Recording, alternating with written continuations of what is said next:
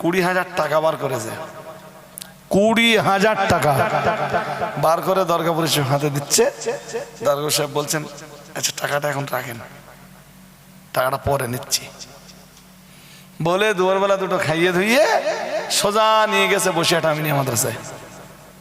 নিয়ে দরগাপুরি সাহেব বলছেন, এই মাদ্রাসা দেখলেন তো, মাদ্রাসার ছেলেদের পড়বার জায়গা আছে, থাকবার জায়গা নেই, রাত কাটানোর জায়গা নেই, শোয়ার জায়গা নেই।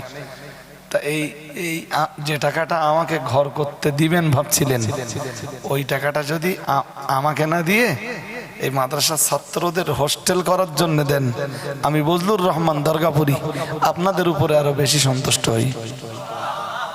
আর একটু মন খুলে বলেন, সেই টাকায় বসে আমি আমার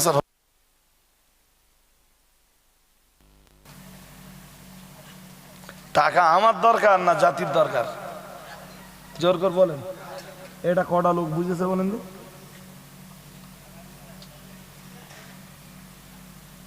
জাতির দরকার, জাতি মুসলিম কমিউনিটির টাকা দরকার। 1200 মেয়ে পড়ে আমার ওখানে। কতশ? এতিম অসহায় দিয়ে কম বেশি 200 আছে।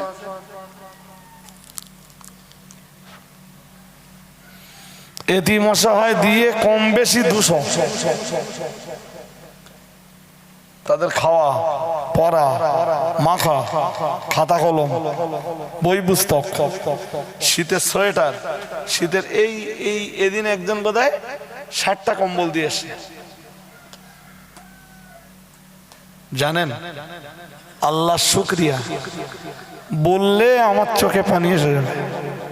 এমন লোক আছে ওই এতিমগুলোর প্রতি এত দয়াদ্র, শুধু একবার মুখে বলে দেব মাল পাঠিয়ে দেবে।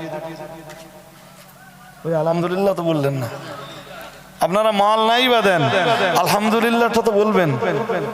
60খানা কম্বলের দাম আছে না নেই? হ্যাঁ, আর একজনের বাড়ি ঘটা কুকুর, সেও ফোন করে বলছিল হুজুর কম্বল লাগলে বলেন, 40-50 পিস যা লাগবে দিয়ে দেবো। আলাম ভাই কম্বল লাগবে না, সারাদিন সারা রাত তো ওরা সারাদিন সারা রাত তো কম্বলের ভেতর থাকবে না, বাইরে তো আসতে হতো, তখন তো শীত লাগবে। তো এতিম মেয়েগুলো সোয়েটার কে দেবে? তা আপনি ওই যা 50-60 পিস কম্বল বা 40 পিস কম্বল দেওয়ার নিয়ত করতেছেন, ওই পরিমাণ সোয়েটার কিনে দেন মেয়েদের, শীতের পোশাক।